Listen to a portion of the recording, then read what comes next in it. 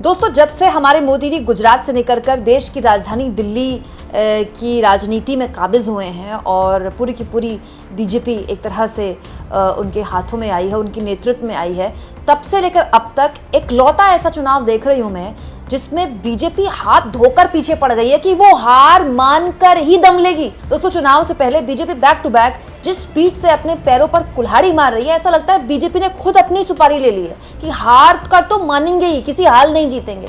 हरियाणा में एग्जैक्टली यही हो रहा है। दोस्तों, ये हरियाणा के पूर्व मुख्यमंत्री मनोहर लाल खट्टर, इन्होंने विनेश फोगाट को लेकर ऐसी टिप्पणी कर दी है जो इनकी पार्टी पर बहुत ही भारी साबित होने वाली है। दोस्तों, कांग्रेस पार्टी ने विनेश को जुलाना से टिकट दिया, विनेश ने अपना प्रचार भी शुरू कर दिया और वहीं दूसरी ओर बीजेपी की हालत ये है कि जब से टिकटों की सूची जारी हुई है तब से मतलब बीजेपी के अंदर नेताओं के छोड़ने का रिकॉर्ड कायम हो गया है। दोस्तों, मैं चाहती हूँ कि आप ये खबर देखें और इस खबर की डेट भी देखें। दोस्तों, करीब 3 दिन पुरानी ये खबर है जिसमें लिखा है कि बीजेपी में टिकटों की घोषणा के बाद धनाधन इस्तीफे, हरियाणा के पूर्व विधायक, मंत्री सहित 250 नेताओं ने पार्टी छोड़ी। खुद मौजूदा हरियाणा के 2 कैबिनेट मंत्री इस्तीफा दे चुके हैं। मतलब 3 दिन पुरानी ये खबर है जहां 250 लोग पार्टी छोड़ चुके हैं बीजेपी को, और उसके बावजूद भी हरियाणा के पूर्व मुख्यमंत्री मनोहर लाल खट्टर लगातार ऐसी बयानबाजी कर रहे हैं जिससे उनकी पार्टी और गर्त में जाएगी। जानते हैं हरियाणा के पूर्व मुख्यमंत्री मनोहर लाल खट्टर ने विनेश फोगाट के लिए क्या बयान दिया है। उनका कहना है कि विनेश फोगाट तो जुलाना से भागना चाहती हैं। दोस्तों, ये देखिए, खबर में लिखा है, करनाल पहुंचे पूर्व सीएम मनोहर लाल, कांग्रेस आप गठबंधन पर तंज बोले, जुलाना से भाग रही है विनेश फोगाट। और ये बात उन्होंने बकायदा मीडिया के कैमरों के आगे बोली है। वैसे अब बात निकली है तो मैं भी आपको पूरी खबर बता देती हूँ। हरियाणा के पूर्व मुख्यमंत्री मनोहर लाल खट्टर करनाल पहुंचे क्यों थे? करनाल तो विधानसभा क्षेत्र रहा है मनोहर लाल खट्टर का, लेकिन क्या आपको पता है दोस्तों, करनाल वो इलाका जो हमेशा से ही बीजेपी का गढ़ रहा है, बीजेपी की सेफ सीट रही है। बीजेपी की हालत यहाँ भी खराब है। सुनने में तो ये आया है कि पूर्व मुख्यमंत्री साहब करनाल आए इसलिए थे कि अपना जो गढ़ है कम से कम वो तो बचा ले। अब ये खबर भी पढ़ लीजिए जिसमें लिखा है, भाजपा के लिए करनाल जैसे गढ़ को ही संभालना मुश्किल, अब क्या कर रहे हैं खट्टर और सीएम।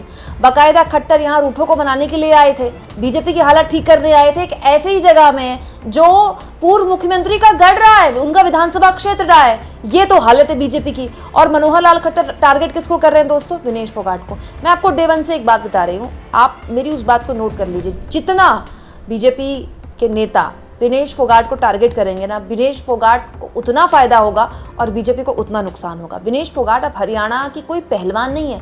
हरियाणा में एक बहुत ही स्ट्रॉन्ग सेंटिमेंट विनेश फोगाट बनकर उभरी है। हालत यह है कि वो बृजभूषण शरण सिंह, जो पिछले 2-3 दिन से लगातार जहर उगल रहे थे विनेश और बजरंग पूनिया को लेकर, उनको तक पार्टी ने कह दिया कि जरा शांत हो जाइए। इसको लेकर भी मैंने आपको एक खबर दिखाई थी। पार्टी नेतृत्व ने कह दिया बृजभूषण शरण सिंह से जरा अपनी जुबान पर लगाम लगाइए और मीडिया से दूर रहिए।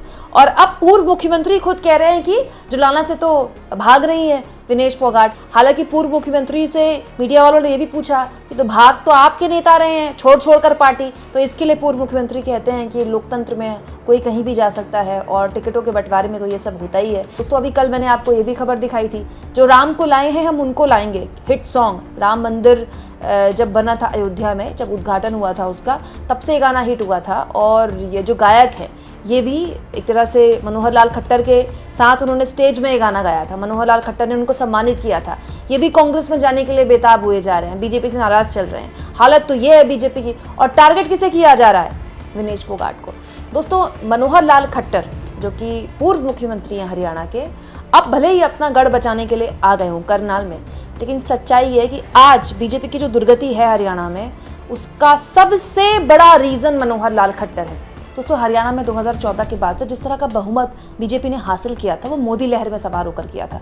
हरियाणा में बीजेपी का संगठन इतना कभी मजबूत नहीं रहा कि वो प्रचंड बहुमत के साथ जीत दर्ज कर ले। 2014 की जीत बहुत बड़ी जीत थी, लेकिन प्रधानमंत्री मोदी ने उस वक्त हरियाणा के लिए एक बहुत बड़ी गलती की, मनोहर लाल खट्टर को मुख्यमंत्री बनाकर। और दूसरी गलती पीएम मोदी ने की 2019 में, जब पूर्ण बहुमत नहीं मिला बीजेपी को, उसके बावजूद भी मनोहर लाल खट्टर को सीएम बनाकर। मोदी जी का बार बार मनोहर लाल खट्टर पर विश्वास जाहिर करना एक गलती थी। इसका करेक्शन खुद मोदी जी ने और उनकी पार्टी ने चुनाव 5-6 महीने पहले कर दिया। मतलब लोकसभा चुनाव के 6 महीने पहले पूरी की पूरी हरियाणा की कैबिनेट, मुख्यमंत्री सहित पूरे कैबिनेट को बदल दिया गया, ये सोचते हुए कि लोगों को ये फैसला पसंद आएगा। उल्टा पड़ गया। दोस्तों, लोकसभा की 10 सीटें हरियाणा में, 5 बीजेपी ने छीन ली कांग्रेस से। और उससे भी ज़्यादा महत्वपूर्ण, हरियाणा के पूर्व मुख्यमंत्री मनोहर लाल खट्टर, जिन्होंने सरकार चलाई, 9.5 साल सरकार चलाना कितनी बड़ी बात है, उनके चेहरे को ही गायब कर दिया गया। आज वो केंद्र में मंत्री बने हुए और बढ़िया मंत्रालय उनको मिला है। ये बात सही है दोस्तों कि खट्टर साहब मोदी जी के पुराने दोस्त रहे हैं। हरियाणा में बाइक में मोदी जी को घुमाया करते थे खट्टर साहब, जब दोनों प्रचारक थे। लेकिन मनोहर लाल खट्टर आज तक पिछले 9.5 साल में ना तो हरियाणा के बहुत बड़े नेता बन पाए, ना ही हरियाणा में बीजेपी की नैया पार लगा पाए।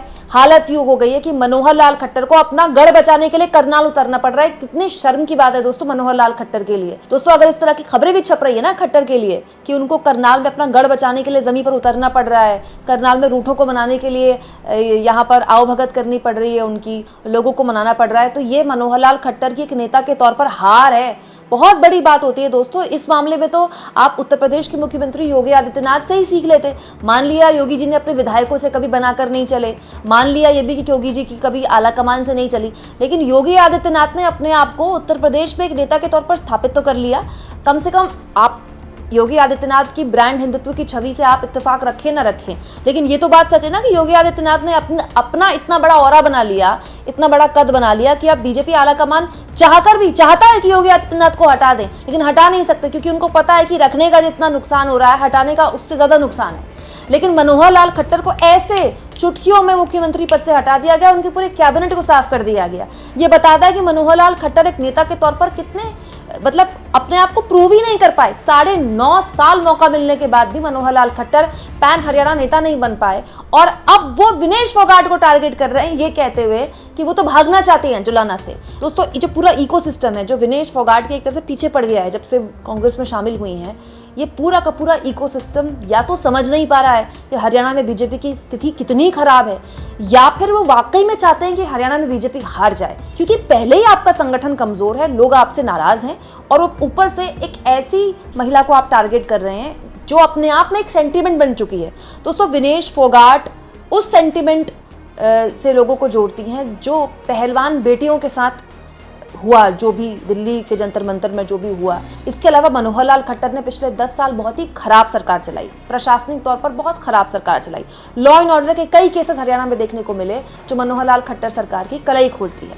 अब भले ही उनको केंद्र में मलाईदार मंत्रालय मिल गया हो और सैनी साहब को मुख्यमंत्री बनाकर उनका चेहरा आगे कर एक तरह से उन पर सारी जिम्मेदारी डालने की बीजेपी कोशिश कर रही हो, लेकिन सच्चाई है दोस्तों कि अगर हरियाणा में बीजेपी की दुर्गति हुई है तो उसके पीछे सबसे बड़े दो चेहरे हैं, वो एक तो मोदी जी हैं, क्योंकि मोदी जी की पसंद थे मनोहर लाल खट्टर, और एक खुद मनोहर लाल खट्टर है। दोस्तों अब तो बीजेपी वाले भी मजाक में कहने लगे हैं कि देखते 15 सीटें आती हैं कि 20 सीटें। हालत ये है बीजेपी की, और ऊपर से बीजेपी के पूर्व मुख्यमंत्री अपने 9.5 साल की सरकार के प्रशासन से भागते फिर रहे हैं। दोस्तों आपको हरियाणा के चुनाव में विनेश फोगाट को लगातार जिस तरह से टारगेट किया जा रहा है और बीजेपी उस नुकसान को उसका आकलन नहीं कर पा रही है, उसका आकलन ना कर पाने की जो गलती कर रही है, इसका क्या असर हो सकता है, कमेंट बॉक्स में जरूर लिखें, और जितना हो सके चैनल को शेयर करें, सब्सक्राइब करें, और थैंक्स और ज्वाइन, ये 2 ऑप्शन है दोस्तों जिसके जरिए आर्थिक तौर पर भी आप चैनल के हाथ मजबूत कर सकते हैं।